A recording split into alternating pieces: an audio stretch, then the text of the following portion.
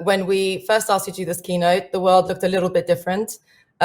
We had not heard yet who was going to be the president of the United States, and we also had not had the announcement about the vaccine, which has clearly got markets very excited. So we're keen to know how you were positioned going into that. Obviously, markets reacted pretty well to both, and what you think it means long term.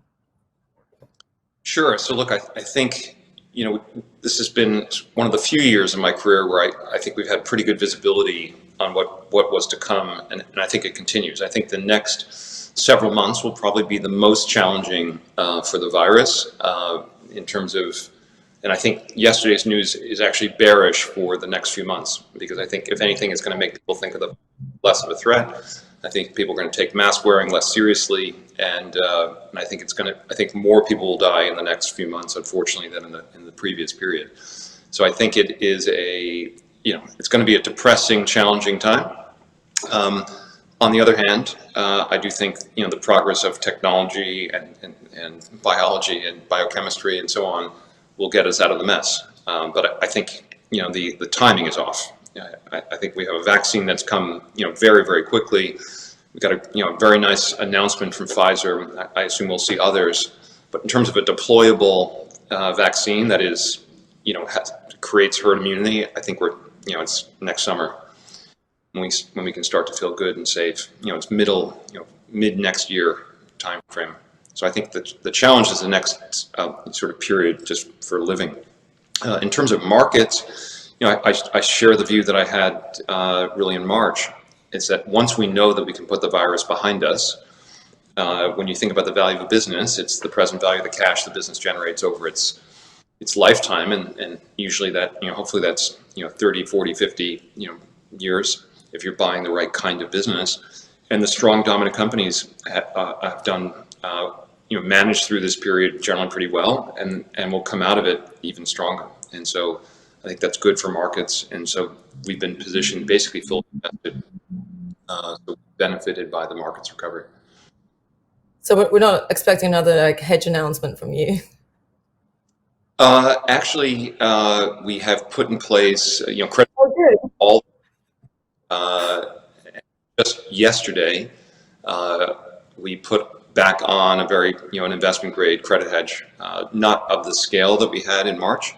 But at 49 basis points, the market is saying that the world is incredibly safe, good place, and everything expected to go right will go right.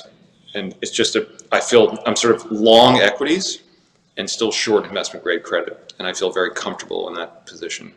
So, but fair to say that the bet was made because you're anticipating that there would be global lockdowns and coronavirus was spreading? Yes. Is that the same premise for the current hedge that you have on? Do you anticipate, for example, England has gone back into lockdown. Do you anticipate that the US might also have to go back into lockdown at some point, given the rates that cases are increasing at?